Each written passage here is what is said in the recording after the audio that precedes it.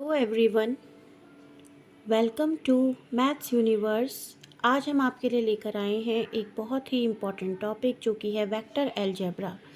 Vector algebra mathematics में भी use होता है और फिज़िक्स में भी यूज़ होता है। वेक्टर अलजेब्रा को समझने के लिए इसमें सबसे पहले हम फिज़िकल क्वांटिटीज़ को जानेंगे। फिज़िकल क्वांटिटीज़ टू टाइप्स की होती हैं, जिसमें पहला आता है स्केलर क्वांटिटीज़ और दूसरा आता है वेक्टर क्वांटिटीज़। तो स्केलर क्वांटिटीज़ क्या होती हैं? ऐसी क्वांटिटीज़ जिसमें सिर्फ और सिर्फ मैग्नीट्यूड का यूज़ होता है। वेक्टर क्वांटिटीज़ जिनमें मैग्नीट्यूड के साथ डायरेक्शन का भी यूज़ होता है। फॉर एग्जाम्पल स्केलर क्वांटिटीज़ के अंदर जैसे कि मैंने ये बॉक्स बनाया है, सपोज़ इस बॉक्स में कुछ वेट है, तो अगर सिर्फ और सिर्फ हम वेट की बात करेंगे तो ये हो जाएगा स्केलर क्वांटिटी, यानी कि मास की हम बात कर रहे हैं।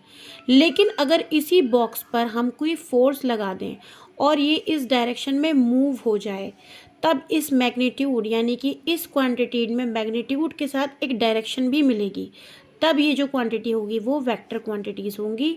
स्केलर क्वांटिटीज़ में आता है जैसे कि length, time, mass, area, volume, work done, etcetera. इसी तरह से वेक्टर क्वांटिटीज़ के अंतर आता है force, velocity, acceleration, displacement and etcetera. ठीक है, तो अब हम वेक्टर को समझ लेते हैं कि वेक्टर क्या है। वेक्टर एक तरीके की डायरेक्टेड लाइन है। डायरेक्टेड लाइन से मीन क्या होता है, जैसे कि फॉर एग्जांपल हम एक लाइन बना देते हैं ए बी, तो ये एक डायरेक्टेड लाइन है। ठीक है, अगर हम इसे शो करें फॉर एग्जांपल वेक्टर ए से, अब ये जो लाइन हमने बनाई है ये यहाँ से शुरू हुई तो ये इसका कहलाएगा इनिशियल पॉइंट, और ये यहाँ पर ख़त्म हो गई तो ये इसका कहलाएगा टर्मिनल पॉइंट। ठीक है, तो डायरेक्टेड लाइन क्या है? डायरेक्टेड लाइन क्या है? A line which starting from the initial point and end with terminal point is known as directed line. Okay, next है मैग्नीट्यूड ऑफ वेक्टर। जैसे कि हमने देखा कि फिजिकल क्वांटिटीज़ में स्केलर और वेक्टर दोनों ही हैं और दोनों में ही मैग्नीट्यूड का यूज़ होता है। तो ये मैग्नीट्यूड है क्या? मैग्नीट्यूड ऑफ वेक्टर है लेंथ ऑफ डायरेक्टेड लाइन। कोई भी लाइन जो हम बना रहे हैं डायरेक्टेड की फॉर्म में, तो उसकी जो भी लेंथ होगी, जो भी उसकी लंबाई होगी, वो उसका क्या कहलाएगा? मैग्नीट्यूड। अगर हमारे पास, जैसे कि हम देख सकते हैं इस एग्जांपल में, हमने एक डायरेक्टेड लाइन ए बी बनाई है, तो उसका मैग्नीट्यूड को हम इस तरह से शो करेंगे, magnitude of vector A B, यानी कि ये इसकी लेंथ को रिप्रेजेंट करेगा, या फिर हम इसे वेक्टर की फॉर्म में लिखेंगे तो वेक्टर ए। ओके, तो ये हो गया हमारा मैग्नीट्यूड ऑफ वेक्टर। इसके बाद आता है टाइप्स ऑफ वेक्टर्स। वेक्टर्स कितने तरह के होते हैं? तो नंबर 1 पे आता है ज़ीरो और नल वेक्टर। ज़ीरो और नल वेक्टर का मतलब है a vector whose magnitude is zero, यानी कि ऐसा वेक्टर जिसका मैग्नीट्यूड ज़ीरो हो, यानी कि whose initial and terminal points coincide, यानी कि एक ऐसा वेक्टर जिसका इनिशियल और टर्मिनल पॉइंट एक ही पॉइंट पर हो।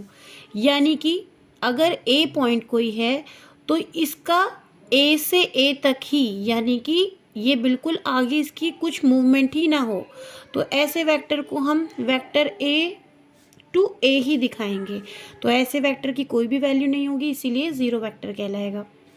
नंबर 2 पे है यूनिट वेक्टर। यूनिट वेक्टर क्या है? एक ऐसा वेक्टर जिसकी वैल्यू क्या हो? 1 हो। A vector whose magnitude is 1 unit is called a unit vector. अब इसको हम नॉर्मली इस तरह से भी रिप्रेजेंट करते हैं, A cap is equal to unit vector A magnitude of vector A. ये इसके लिए फॉर्मूला यूज़ होता है। उसके बाद आता है नंबर 3 पे को इनिशियल वेक्टर।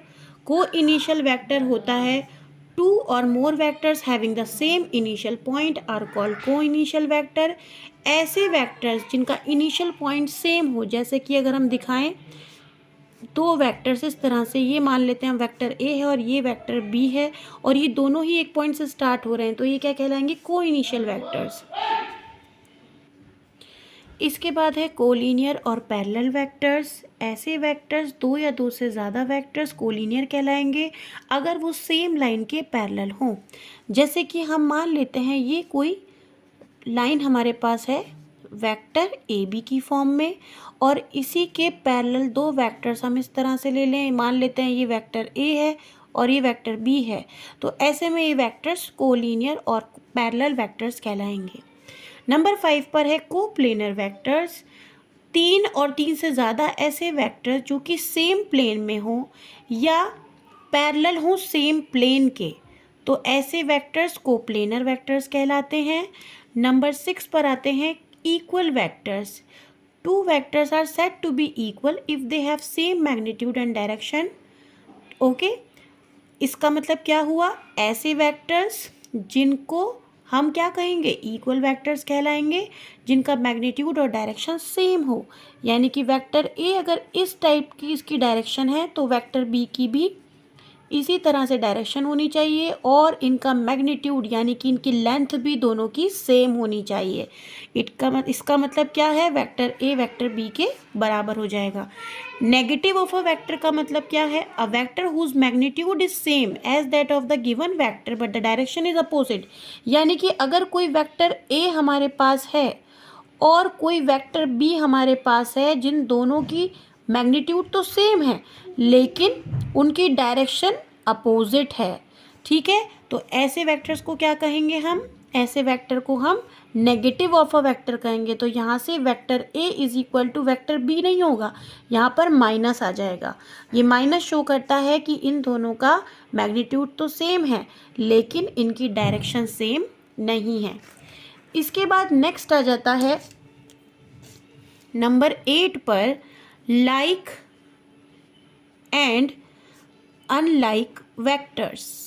ठीक है, तो ये कौन से वेक्टर्स होते हैं, ऐसे वेक्टर्स जिनकी डायरेक्शन सेम हो क्या कहलाएंगे, लाइक वेक्टर्स कहलाएंगे, और ऐसे वेक्टर्स जिनकी डायरेक्शन सेम ना हो क्या कहलाएंगे, unlike vectors. Those vectors whose direction are same are called like vectors and those vectors whose directions are opposite are called unlike vectors. तो ये मैंने आपको कुछ वेक्टर अलजेब्रा से रिलेटेड कुछ बेसिक कॉन्सेप्ट समझाए हैं।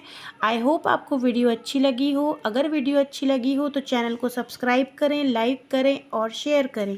Thanks for watching.